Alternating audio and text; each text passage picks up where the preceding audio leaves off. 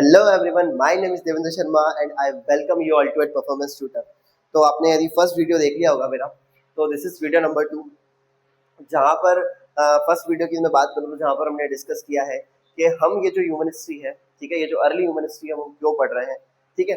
और इस particular video में हम डिस्कस करेंगे कि हमारे जो ह्यूमन एंसेस्टर्स थे, ठीक है, वो कौन थे, कहाँ से आए, ठीक है, और वो सारी चीज़ें उनके बारे में हमको कैसे पता चला, ठीक है, ये सारी चीज़ें, और वो कौन कौन थे, तो वो सारी चीज़ें हम ये जो है इस पर्टिकुलर वीडियो में कवर करने वाले हैं। तो who are our human ancestors, ठीक है। तो यदि हम हमारे अर्ली ह्यूमन एंसेस्टर्स की बात करें तो वो हमको 3 कॉन्टिनेंट्स में देखने को मिलते थे, यूरोप, एशिया और मैं बात करूँ तो यहाँ पर अफ्रीका।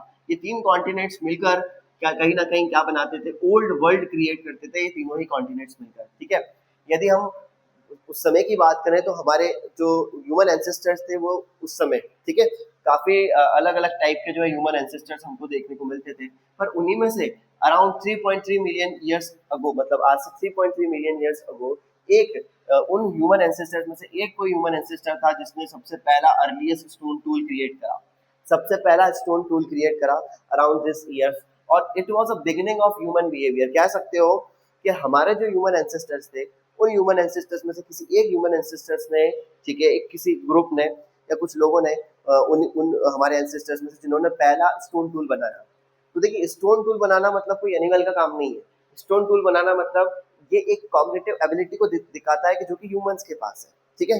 ह्यूमंस ही कहीं ना कहीं क्या कर सकते हैं, किसी रिसोर्स का या किसी चीज का यूज करने के लिए उससे रिलेटेड उसको कैसे प्रॉपरली किसी चीज को यूज करना है, उससे रिलेटेड कहीं ना कहीं टेक्नोलॉजी क्रिएट कर सकते हैं। ये ह्यूमंस के पास एबिलिटी है। हम ह्यूमंस के पास एबिलिटी है कि आज हमने जो है आज देखिए, आज हमने गर्मी, आज यदि बहुत ज्यादा गर्मी है, हीट है, तो हमने उससे अपने आप को प्रोटेक्ट करने के लिए एसी, कूलर्स, इतने सारे इन्वेंशंस कर दिए। तो देखिए, ह्यूमन जो है अपने प्रॉब्लम्स को सॉल्व करने के लिए कहीं ना कहीं इन्वेंशंस करता है और नए नए टेक्नोलॉजी क्रिएट करता है। ये ह्यूमंस के पास ये एबिलिटी है, ये ह्यूमन बिहेवियर है। सिमिलरली यदि उस समय यदि कोई स्टोन टूल क्रिएट कर रहा है कोई ग्रुप, ठीक है, यदि मैं हमारे एंसेस्टर्स की बात करूं तो वो एक ह्यूमन बिहेवियर को शो करता है। वो एक कहीं ना कहीं बताता है कि वो एनिमल्स नहीं है, वो एनिमल से अलग बिहेव कर रहे हैं, ठीक है। एनिमल इस टाइप का बिहेव नहीं करता, ह्यूमन इस टाइप का बिहेव करते हैं, ठीक है। नाउ तो यहीं से कहीं ना कहीं शुरुआत होती है ह्यूमन बींग्स की, और जिन्हें होमिनिन्स कैटेगरी कहा गया। Hominins means the tool makers, ठीक है। तो मतलब वो अर्ली ह्यूमंस जिन्होंने टूल्स बनाए, दे वर होमिनिन्स, ठीक है। Now the tool they created are sometimes extra corporeal, कहने का मतलब जो है ये ऐसे टूल्स थे। एक्स्ट्रा कॉर्पोरल लिम्स का मतलब बेटा यहाँ पर ये है कि ये ऐसे टूल्स थे जिनका हम यूज, मतलब जो ह्यूमंस उस समय जो हमारे एंसेस्टर थे वो उसका क्यों यूज करते थे, ताकि किसी भी टास्क को, किसी भी चीज को जो है इजी बनाया जा सके। मतलब कोई काम यदि वो कर रहे हैं तो वो उतना अच्छे से परफेक्टली हाथ से नहीं कर पाते थे, इसलिए उन्होंने उस टूल को क्रिएट करा ताकि उस टूल का यूज कर वो किसी भी टास्क को इजीली कर पाए। आज यदि मैं आपको बोलूं कि आपको एक बोल्ट जो होता है उसको क्या करना है, टाइट करना है, तो क्या आप क्या करोगे, उस बोल्ट को टाइट करने की सिंपल सी बात है, एक टूल का यूज करेंगे आप, ठीक है। उसको स्क्रू को कस करने के लिए आप स्क्रू ड्राइवर का यूज करेंगे, ठीक है। तो यदि मैं क्या आप उसको हाथ से या किसी इस तरीके से प्रॉपरली टाइट कर पाएंगे, नहीं, ठीक है।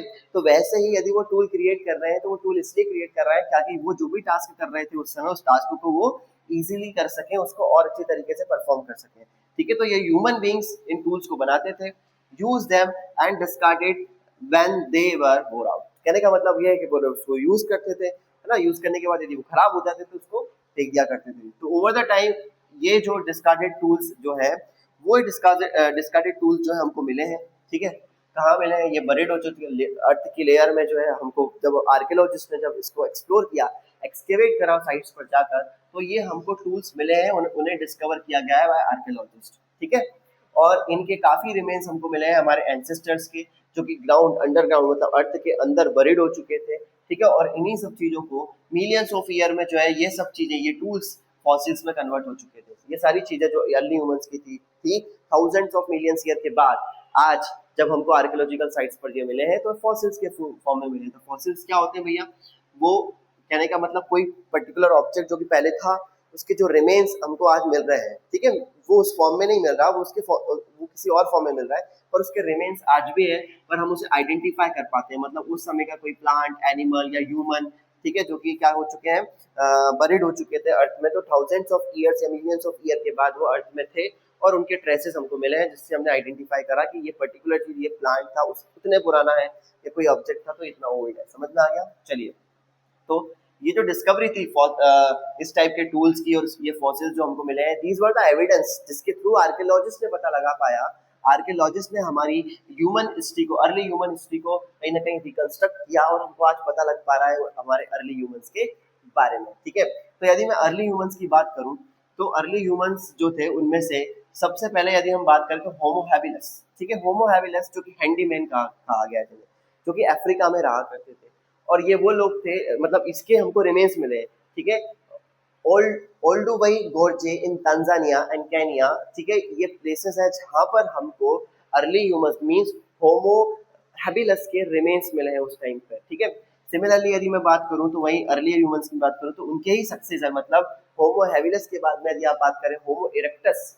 ठीक है, ये भी होमो इरेक्टस के भी हमको बहुत सारे रिमेन्स मिले हैं जिन्होंने इन्वेंट किया था, मतलब होमो इरेक्टस वो थे जिन्होंने हैंड एक्स और क्लेवर्स बनाए हैं। ठीक है, ये टूल्स हैं। ठीक है, जिसके बारे में हम आगे चैप्टर्स में जब हम साइट्स मतलब टॉपिक में जब हम सारी एजेस पढ़ेंगे देन हम इसको डिटेल में देखेंगे क्या है। ठीक है, आपको दिए भी हैं। चलिए, now were among the first to migrate out of the Africa, मतलब होमो इरेक्टस वो थे जो कि सबसे पहले अफ्रीका से माइग्रेट कर कर, ठीक है, पूरे यूरोप और एशिया में जो है स्प्रेड हुए, फैले। ठीक है, वहां से मूव करे, उन्होंने माइग्रेशन करना शुरू करा। और ये कह सकते हो भाई ऑल ह्यूमन एंसेस्टर्स वर टूल मेकर्स, कह सकते हो कि हमारे जितने भी ह्यूमन एंसेस्टर थे उन्होंने कहीं ना कहीं टूल बनाए हैं। ठीक है, और जो हमारा अर्ली मींस अभी का जो हम जो है हमारे जो मॉडर्न ह्यूमंस हैं, they were Homo sapiens that develop complex technologies, मतलब टूल्स तो बनाए, उस टूल्स में अंदर और भी अच्छी टेक्नोलॉजीज क्रिएट करी, उसको और अच्छा एफिशिएंट बनाया। किसने? हमारे होमो सेपियंस ने। मान लो यदि कोई टूल था तो वो बहुत ही ज्यादा साइज में बड़ा था, तो उसको माइक्रो लेवल पर लेकर गए होमो सेपियंस। ठीक है, उस टूल के अंदर एफिशिएंसी लेकर आए, उस टूल के अंदर मान लो पहले हैंडल नहीं था तो और उसको इजीली यूज करने के लिए उसमें हैंडल आया, तब तो और टेक्नोलॉजी को एडवांस करा किसने? होमो सेपियंस ने। तो हमारे जितने भी एंसेस्टर्स थे उन्होंने टूल बनाए हैं, और एक के बाद एक जो एंसेस्टर्स आते गए उन्होंने उन टूल्स को और ज्यादा पहले से बेहतर बनाया है।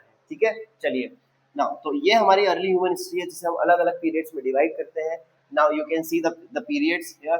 ठीक है, नाउ पहला यदि हम मैं बात करूं तो जो हमारी ह्यूमन हिस्ट्री है वो शुरू होती है पैलियोलिथिक एज से। ठीक है, then Mesolithic age, then Neolithic as.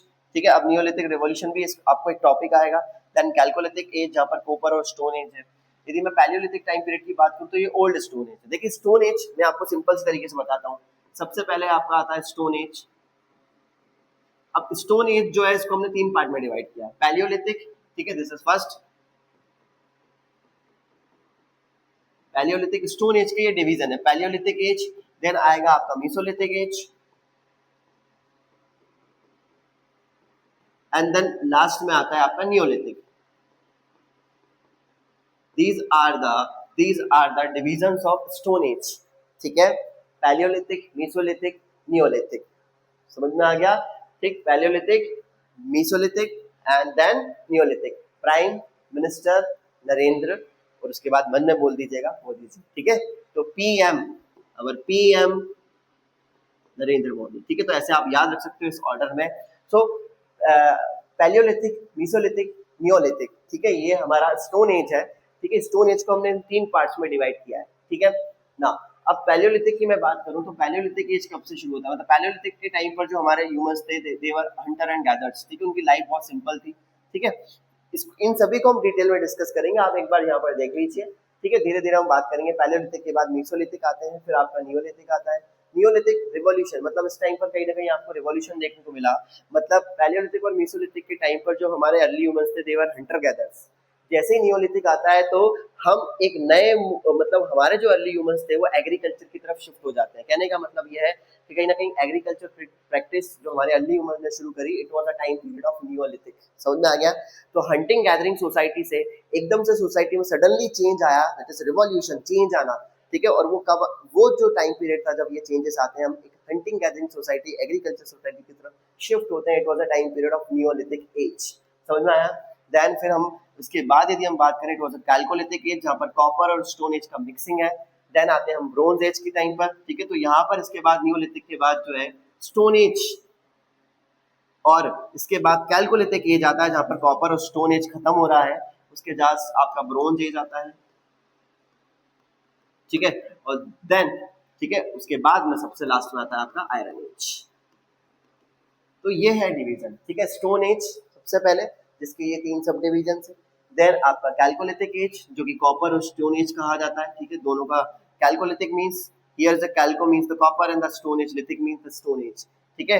यहाँ पर कॉपर का यूज किया जा रहा था अलोंग विद द स्टोन्स, मतलब स्टोन के साथ साथ कॉपर दोनों ही चीजों का यूज किया जा रहा था, ठीक है, इस पर्टिकुलर टाइम पर, इसलिए इसको कैलकोलिथिक एज कहा जाता है। ऐसा नहीं कि स्टोन का यूज खत्म हो गया था, कॉपर भी आ गया था, तो दोनों एक साथ यूज हो रहे थे, इसलिए इसको कैलकोलिथिक एज कहते हैं। पर वैसे ही ब्रोंज आया तो उसमें कहीं ना कहीं कॉपर, उसके बाद नया एज शुरू हो जाता है, it was the bronze age, then last में आयरन एज, ठीक है। तो ये हमने इसको डिवाइड किया इस तरीके से हमारे एजेस को, ठीक है। नाउ यदि हम आगे की बात करें, ठीक है, हम ये जो हमारा एक एक एज को जो है जो भी एजेस आएंगे, पैलियोलिथिक, ठीक है, आपकी नियोलिथिक, मेसोलिथिक, सारी एजेस जो है हम डिटेल में डिस्कस करेंगे, ठीक है। बट ये जो वीडियो है अभी वो यहीं पर कंप्लीट करते हैं। जो हमारा नेक्स्ट वीडियो होगा वहां पर हम पैलियोलिथिक और जितनी भी साइट्स हैं वहाँ और ये जितनी भी हमारी इंडियन साइट्स हैं उन्हें कवर करेंगे। यदि आपको वीडियो अच्छा लगा हो तो ज़्यादा से ज़्यादा चैनल को वीडियो को शेयर करें और चैनल को सब्सक्राइब करें। Thank you so much.